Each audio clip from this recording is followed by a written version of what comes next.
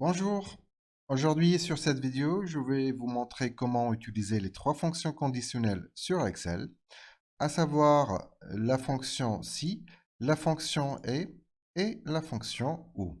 Il faut tout d'abord savoir que ces fonctions conditionnelles nous permettent de gagner beaucoup de temps pour évaluer les résultats saisis entre différentes valeurs. Alors nous allons commencer par la valeur si.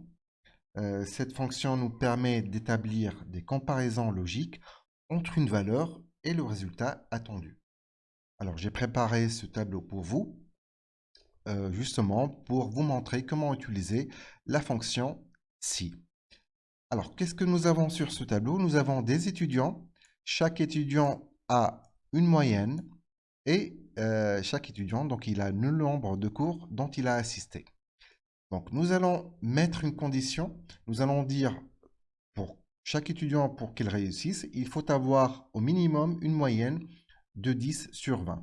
Alors, vous voyez qu'il y a des élèves qui ont des valeurs supérieures à 10 et d'autres qui ont des valeurs inférieures à 10. Donc, ils n'ont pas réussi. Donc, nous n'allons pas nous amuser à filtrer les élèves qui ont réussi tout en lisant à chaque fois la moyenne. Nous allons établir une fonction, la fonction si, qui va, en un clic, qui va nous déterminer quels sont les élèves qui ont réussi et quels sont les élèves qui ont échoué à l'examen. Alors, pour cela, nous allons commencer directement par écrire notre fonction.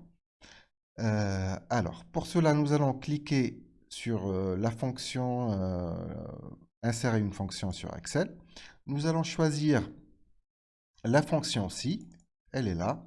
Donc, vous voyez qu'il y a une petite fenêtre qui apparaît et nous avons trois champs à remplir. Donc, le premier champ, c'est le test logique. Qu'est-ce que ça veut dire? Là, on doit écrire ou bien déterminer la fonction selon laquelle nous allons dire cet élève a réussi ou pas.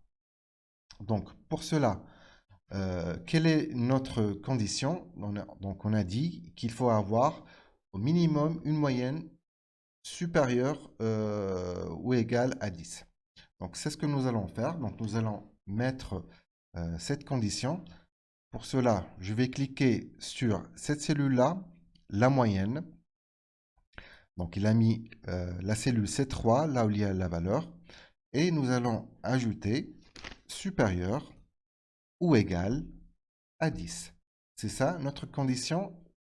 Et vous voyez qu'il a mis vrai ici parce que cet étudiant, il a 15 de moyenne, donc il a bien réussi. Il répond à la condition qu'on a mis. Ensuite, il y a la valeur si vrai et la valeur si faux. Donc, Excel, dans ce cas, il nous demande qu'est-ce qu'il doit écrire dans le champ si cette condition est vraie et si cette condition est fausse. Alors, sur ce champ-là, on va écrire la valeur si vraie. On va demander à Excel de nous écrire euh, réussi parce que cet étudiant, il a une moyenne supérieure ou égale à 10. Dans le cas contraire, si la condition ne répond pas à ce que nous avons demandé, qu'est-ce qu'il doit mettre comme résultat sur la cellule? Eh bien, je vais demander à Excel de me calculer l'écart, combien de points d'écart, combien de points d'écart il reste à l'étudiant pour avoir la moyenne de 10. Eh bien, je vais cliquer encore une fois sur la cellule C3 et je vais mettre moins 10. Donc, il va me calculer l'écart. Je vais cliquer sur OK et je vais faire un double clic pour étendre la fonction sur toute la colonne. Bien, vous voyez bien qu'il a déterminé quels sont les élèves qui ont réussi à l'examen et pour le cas des élèves qui n'ont pas réussi, il m'a calculé combien de points il lui manque. Donc pour ce cas de Christophe, il lui manque 2 points et pour Sandra, elle lui manque 5 points.